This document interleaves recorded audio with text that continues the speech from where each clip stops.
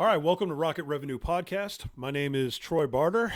Gabe is in a meeting, so we're going to do a solo one where I'm going to go over how I build out the pitch framework at a company, or the sales pitch framework. And if you've listened to a lot of like gurus online, they'll say that pitching is dead. You could call this whatever you want, the framework to a conversation. It's definitely not a script. It's more of the goals and the elements of the conversation of a cold call.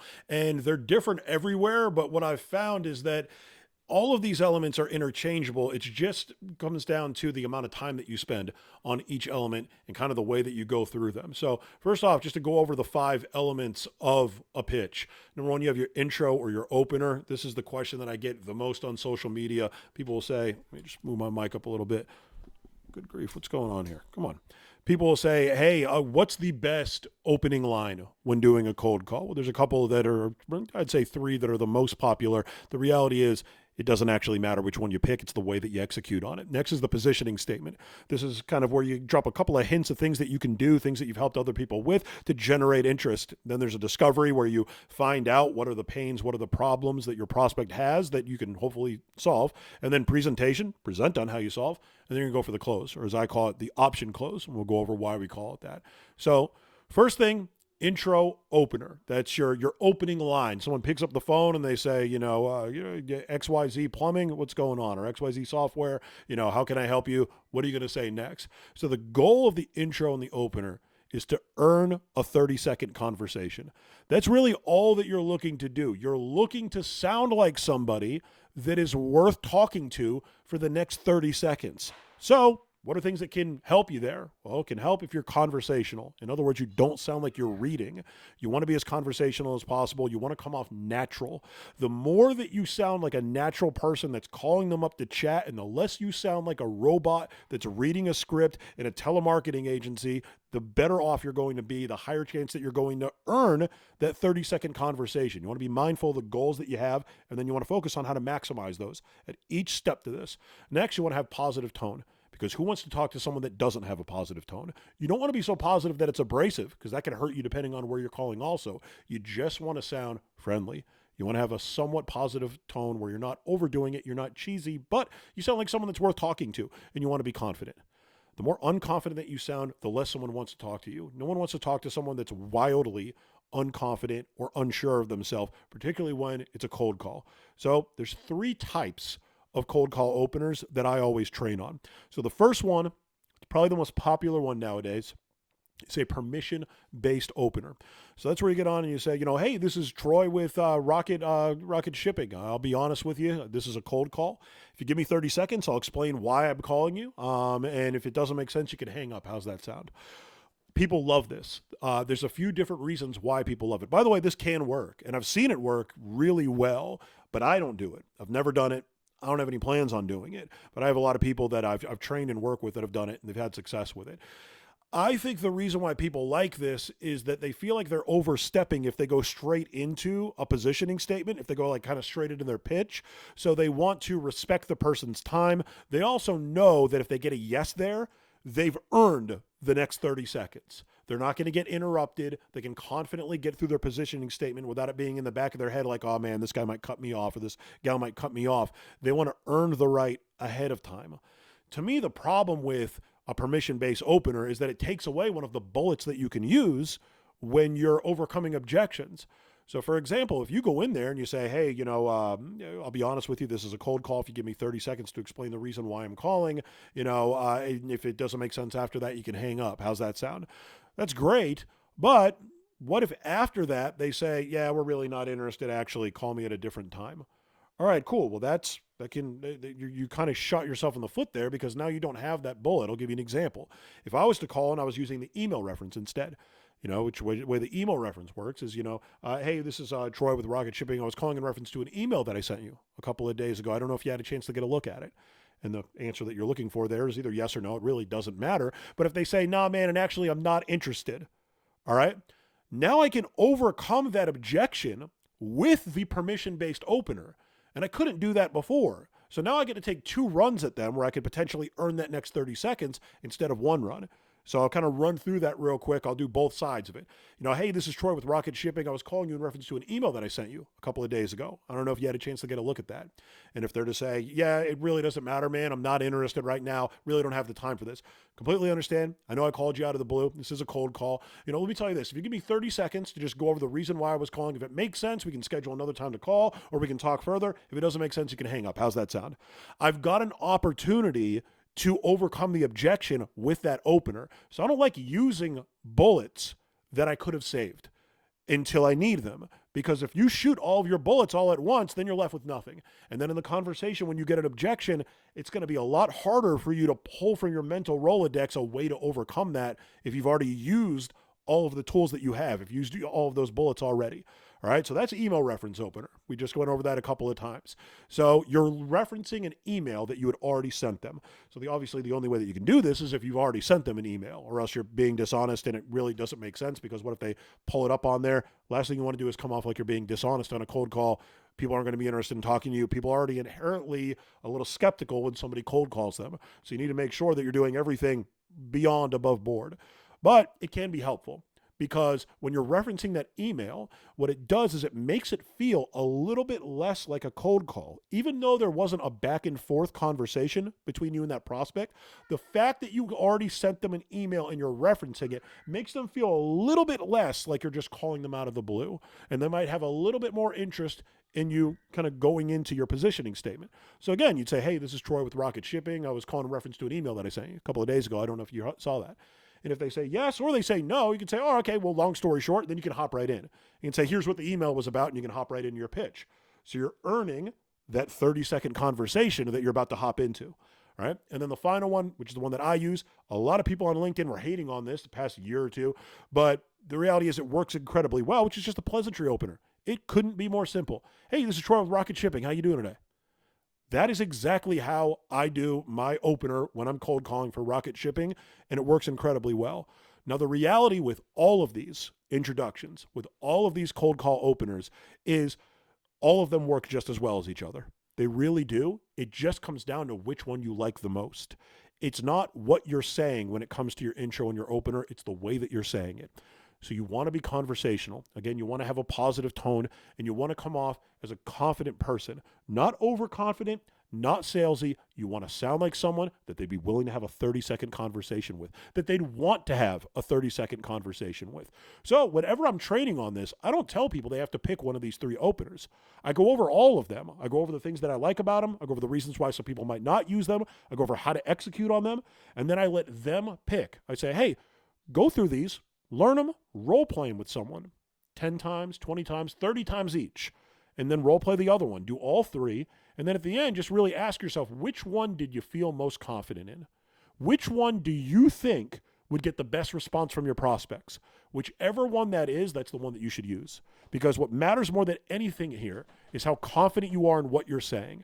And that is the problem when people do a sales pitch framework and they build it out and it's to the letter, and their salespeople have to follow every single part of it, is that if the salespeople don't believe in it and they don't feel like they had, pride and ownership and that they also helped build it and this is theirs too, then the chance of them being as confident as possible when they're going through it is drastically decreased.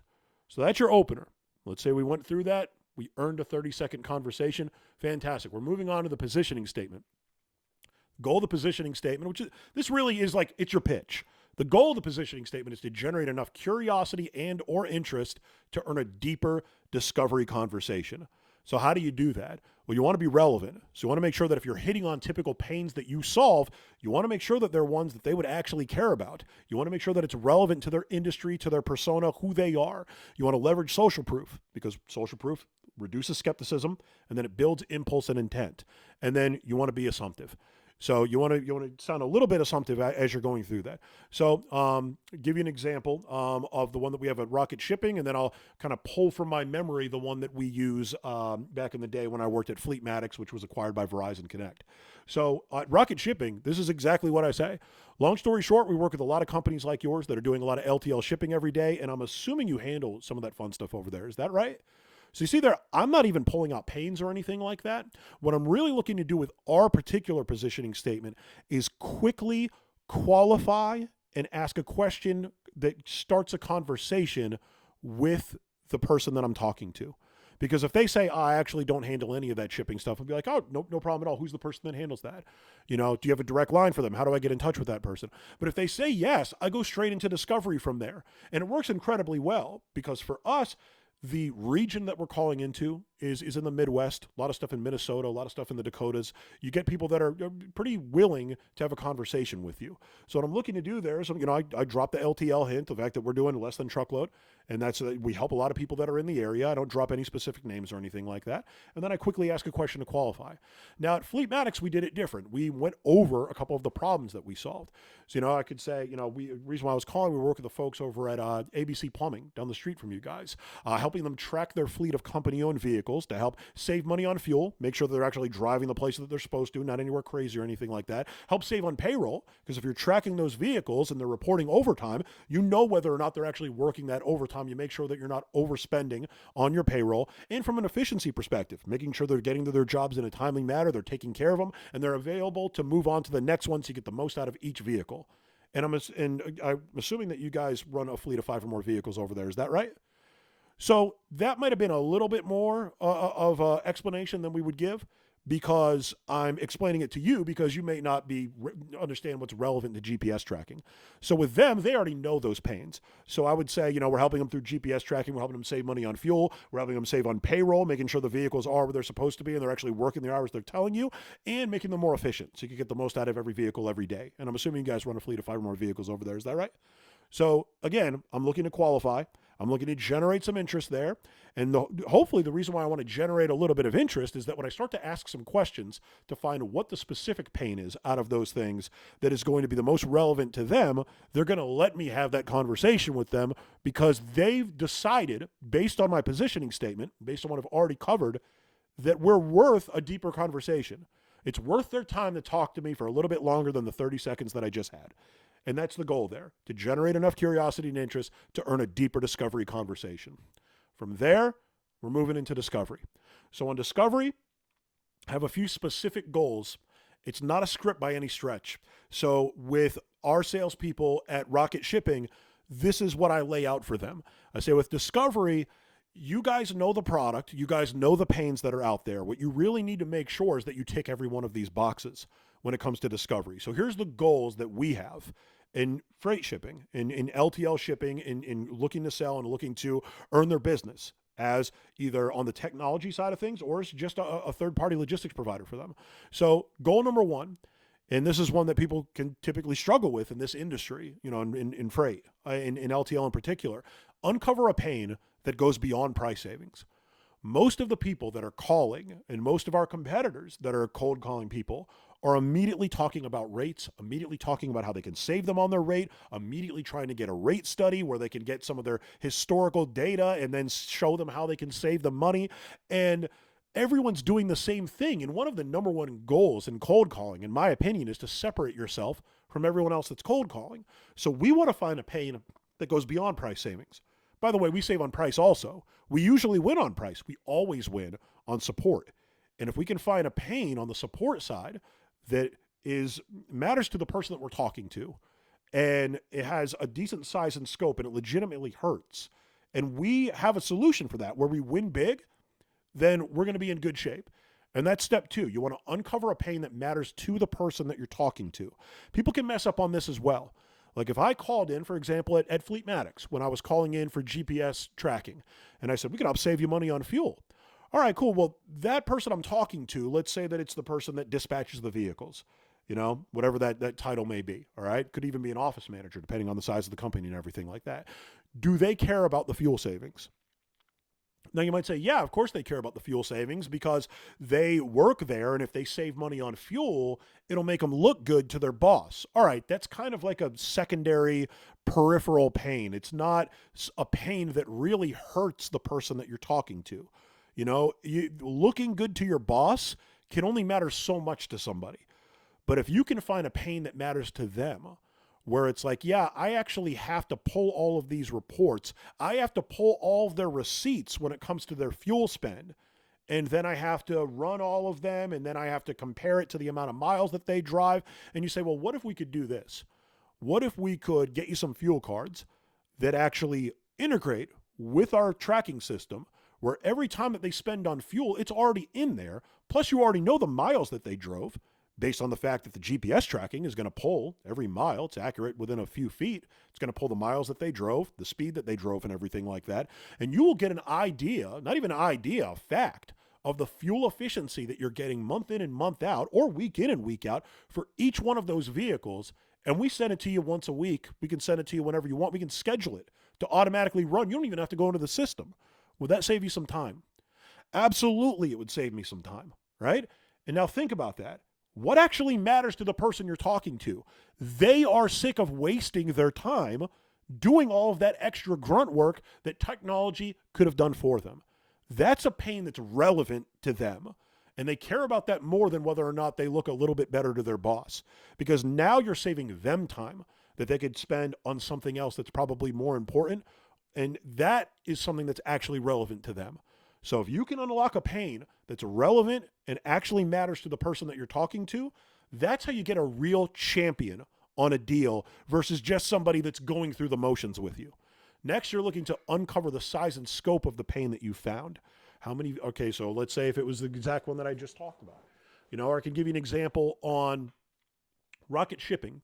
Somebody might say the issue is when they run into rebills or something like that. They're getting a rebill from their broker, and it's we get a couple of them a day. All right, a couple of them a day. Let's say they're working 5 days a week, so let's say they're running into 10 of them a week. All right, how many LTL shipments do you bring out? Are you guys doing on a monthly basis? Or on a weekly basis? And they say we're doing 40 a week. All right, so if you have 10 rebills a week and you're shipping out 40 a week, then 25% of what you're shipping out, you're running into an issue on the rebill side of things. Now, how easy is it for you to get a hold of your broker if you want to dispute something or if you need help handling that rebill?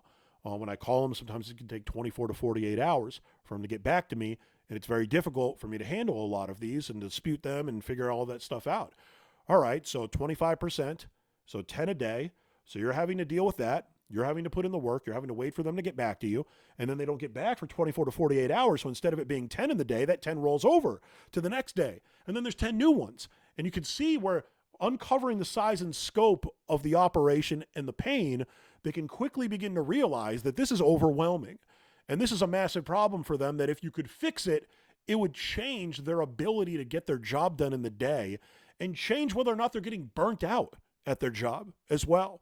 So getting that size and scope, it really, back in the day, we would say you want to make the pain hurt or you want to make it bleed. You uncovered a cut, now you want it to bleed, right? That's like the old school, sales bro way of saying it. You really want to get the size and scope of that pain and for them to recognize and appreciate the size and scope of that pain, because now, instead of it being something that's kind of a, pain in the butt in the back of their head, now they're like, man, I need this fixed.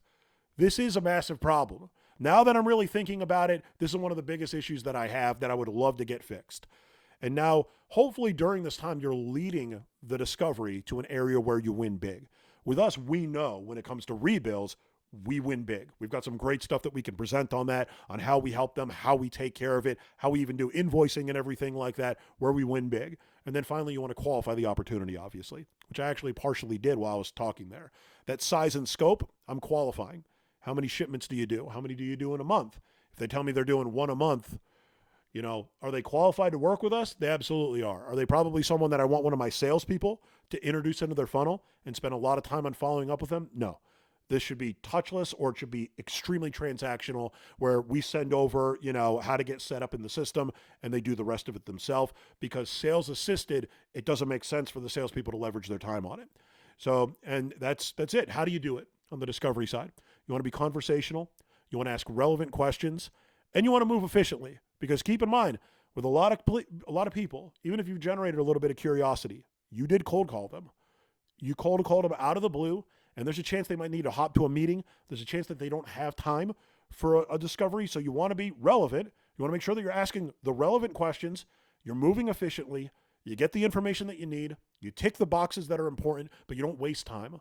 You don't overly build rapport on things that don't matter. You're moving efficiently. You're respecting their time and you're respecting your own at the same time. All right? Let's say discovery worked out well. You unlocked the pain. Pain matters to the person that you're talking to, and you're ready to present. So what is presentation? You're presenting an ideal and unique solution to the prospect that's relevant to the problems that you uncovered, that can solve the problems that you uncovered in that discovery, that'll generate enough interest to earn next steps, whatever those may be for you and for your company, depending on how you guys handle things on the cold call side. So how do you do that? Well, you want to be positive, you want to be confident, and you want to be knowledgeable. You want to come off like you're confident that you've got a solution to that problem for them. And it really is that simple. So for example, with a lot of companies, they run into issues with their invoicing. And when it comes to shipping, they will get quoted a certain rate. And then when they get invoiced, that invoice has items on there that make the invoice a larger quote or a larger dollar amount than what the prospect was originally quoted or the customer was originally quoted. So for example, it may have needed a couple of extra things when it was getting delivered, where those things got added on after the fact, but maybe it didn't need that, or maybe it got reclassed into a different class based on the dimensions, the weight, the height, everything like that, whether or not it's an awkward shape to the package that's being shipped. There's a lot of different things that can lead to that. But a lot of the time you can fight those, and it turns out that those invoices were inaccurate, and they were either should have been exactly how they were quoted or a lot closer to the price that they were originally quoted. But with most shipping companies, they will invoice the customer however they got the invoice. They don't fight anything. So if the invoice is higher than what they originally quoted, they just invoice them.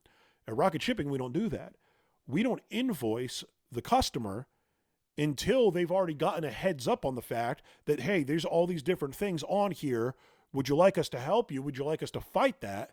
Do you think it's relevant to fight that, or do you think that it makes sense?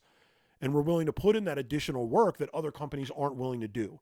So if we've unlocked pain during the discovery that they're running into an issue where they get promised this rate, and then when they get the invoice, it's way different, and they don't have time to fight it at that point. They've already been invoiced, and we say, well, we don't invoice you until we've already gone through the motions and the legwork, and we're willing to fight those things to try to help you get the best possible rate that's as close as possible to how you were quoted all of the time. Would that be helpful? Would that help save you some time and probably save you some money? Absolutely, right? So you've unlocked a pain, and then you're presenting on how we can solve that for them. So again, be positive, be confident, be knowledgeable, and you're presenting, hey, here's a way that's ideal and unique, right? So what's ideal and unique? It's ideal to the problem. This is the ideal way to fix it, and it's unique. We don't invoice until after we've done that fighting, and we're the only company that does that. That's unique.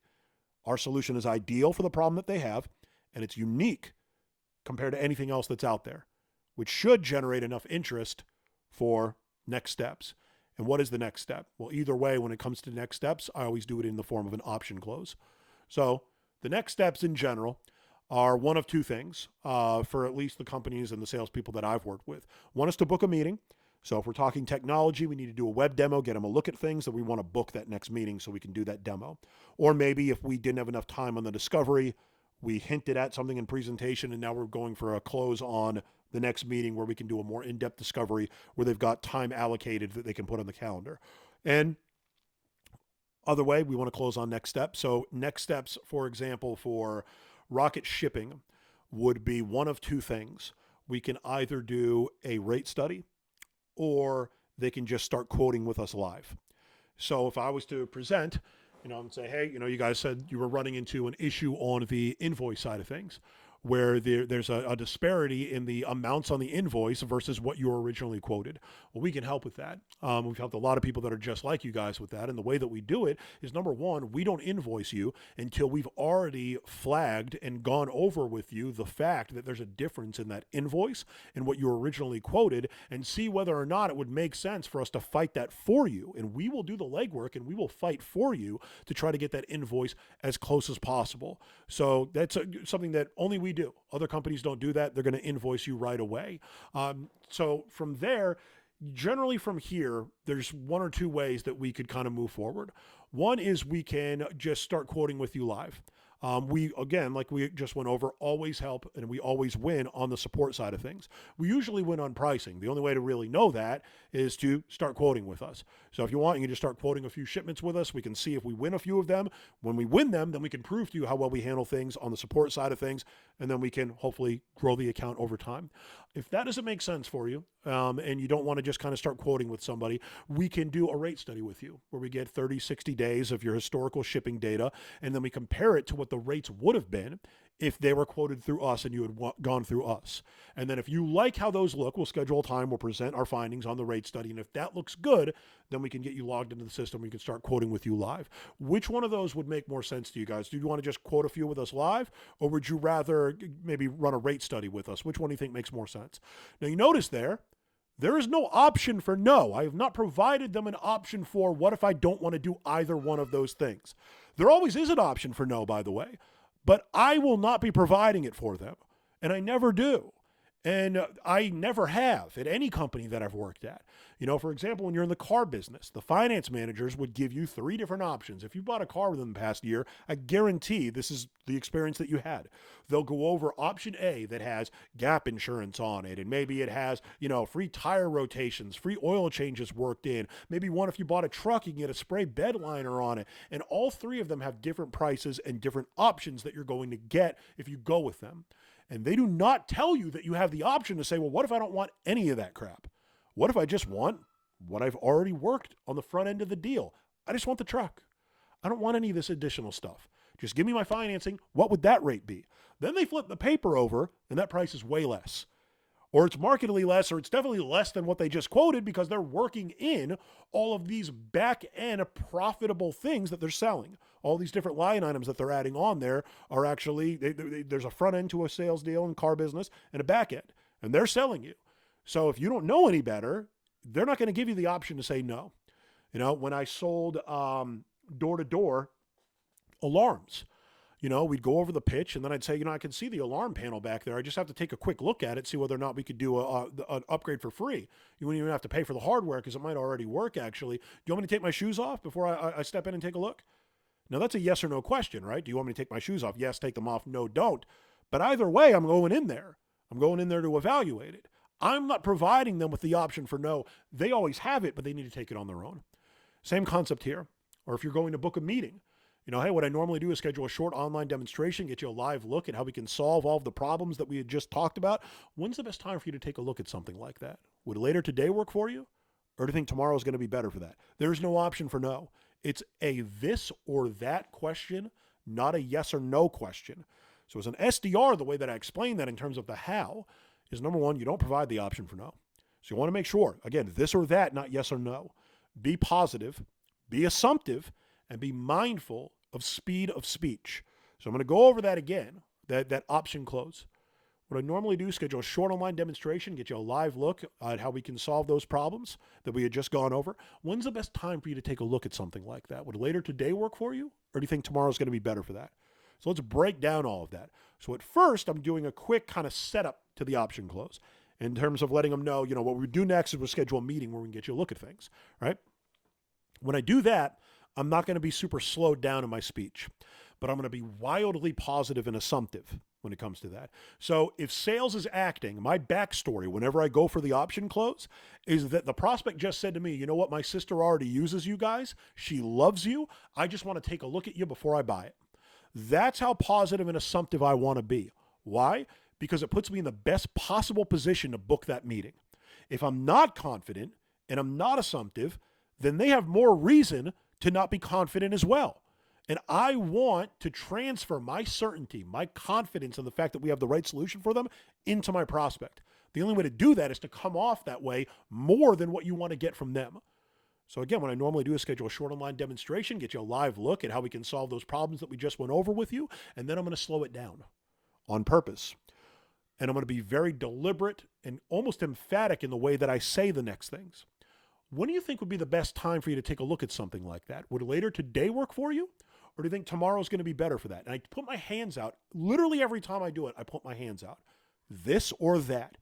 When would be the best time for you to take a look at something like that? Would later today work for you? Or do you think tomorrow's going to be better for that? There's no option for no. This or that. And a lot of the time when you're going to book a meeting and you do the option close that way, you won't get them to pick a time. They'll say neither one works. That's not a no. All that means is you need to widen your appointment funnel. All right, no problem. I know I called you out of the blue. What time do you think would be better? Do you think later in the week would be better? Or do you think next week it would be better where you'd have a little bit better time? And then they could, no, next week. And then I'm going to appointment funnel them. All right, so they say next week. All right, cool. Would it be earlier in the week or later in the week that's better? Oh, later in the week. Oh, okay, great. Thursday or Friday? Friday. All right, morning or afternoon? What looks better on Friday? Morning or afternoon? Morning's going to be better. And then from there, once I get the half of the day on the specific day, I make them pick the time. And the reason why is that if they pick the time, I know that they didn't move anything around. I know that they looked at their calendar and they gave me the best time that they had on there for the meeting that wouldn't be interrupted by anything else. And that puts me in the best possible position to get them to show. And that's what matters most. If they don't show up, I can't sell them. All right. What time specifically would you definitely have 30 minutes to take a look at this Friday morning? 9:30. All right, cool. And then you go in from there. So in terms of, and let's back up a little bit and we'll kind of wrap this up. So when I'm selling, I always have these elements to my pitch. Always, no matter whether I'm selling really small to medium business, super transactional, or whether I'm selling an enterprise level client, I'm doing all of these. But how much I do each one can fluctuate by a massive amount. So for example, when I was at Fleetmatic selling GPS tracking, when I got anything from them, I knew that they were worth closing. So if they just verified that they had 5 or more vehicles, I went for the close to close on the meeting, because I know that I had just gone over 3 pains that anyone that has a fleet of vehicles has the same pain. They have one of those pains. Now I could isolate on that, but I'm not going to close them here anyways. I'm not going to close them until I show them how we can solve the problem. So I'm going to go for the close right now, because whoever says the option close the most times when it comes to SMB, in my opinion, generally wins the game. You can't book a meeting without going for the close. You could have the best discovery on the planet. If you're not a closer as a SDR and go for the close, you're not going to earn it. So when I would go through it at Fleetmatics, I'd say, hey, this is Troy with Fleetmatics. How you doing? Long story short, man, the reason why I was calling, we work with the folks over at ABC Plumbing. We help them track their fleet of company-owned vehicles, help them save money on fuel, help them save money on payroll, make sure the vehicles, the hours that they're reporting are actually accurate and the vehicles are actually on the job site, and help them with efficiency, making sure that the guys are efficient at the jobs, they're moving around at the right rate, and making sure that you make the most out of each of those vehicles, making the most money out of them. And I'm assuming that you guys run a fleet of 5 or more vehicles over there. Is that right? If they said yes, I did not go deeper into discovery. I went straight for the close.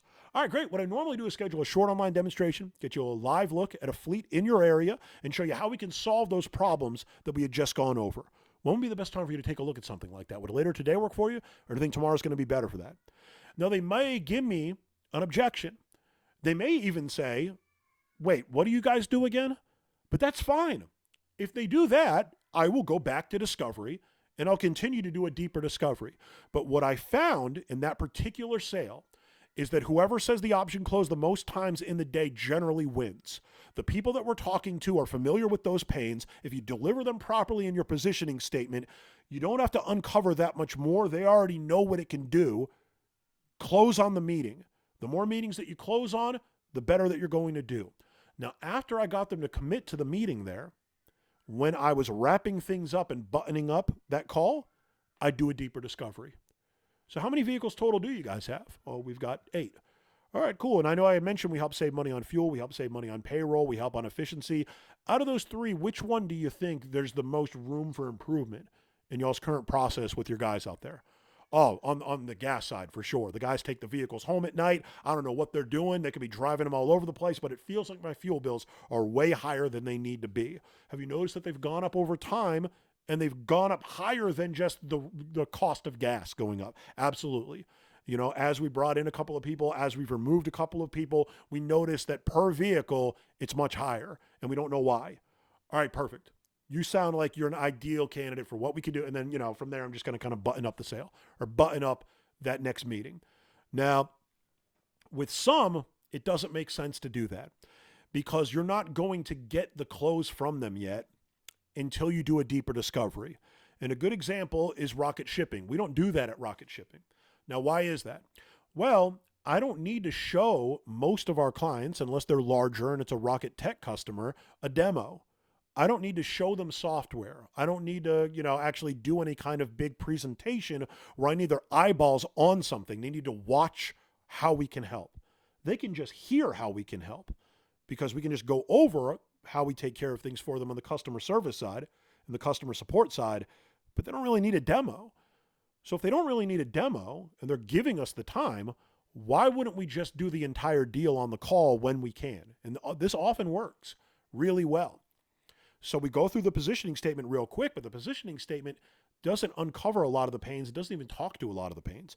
It's a quick qualification. And then from there, we start to ask them some questions. We do a discovery.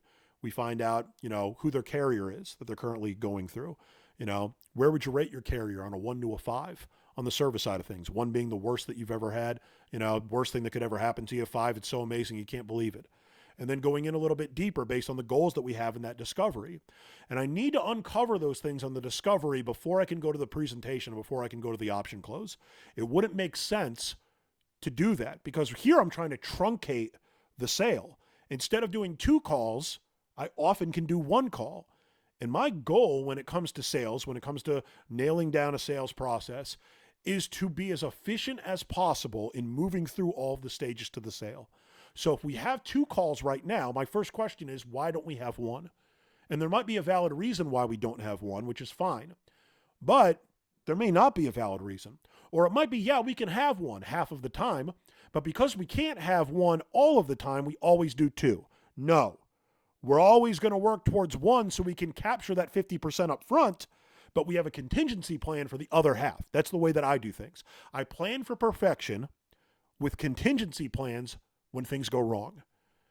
And that's it. That's your elements to a pitch. Again, intro and opener, positioning statement, discovery, presentation, close. I'm sure that you might have some extra questions on this. If you do, I accept all LinkedIn connections. You go into LinkedIn, type in Troy Barter, connect with me, reach out to me. You have a question, I'll do my best to answer it for you. But that's that. Not bad for a one that's on the fly. And we'll be back next week with Gabe.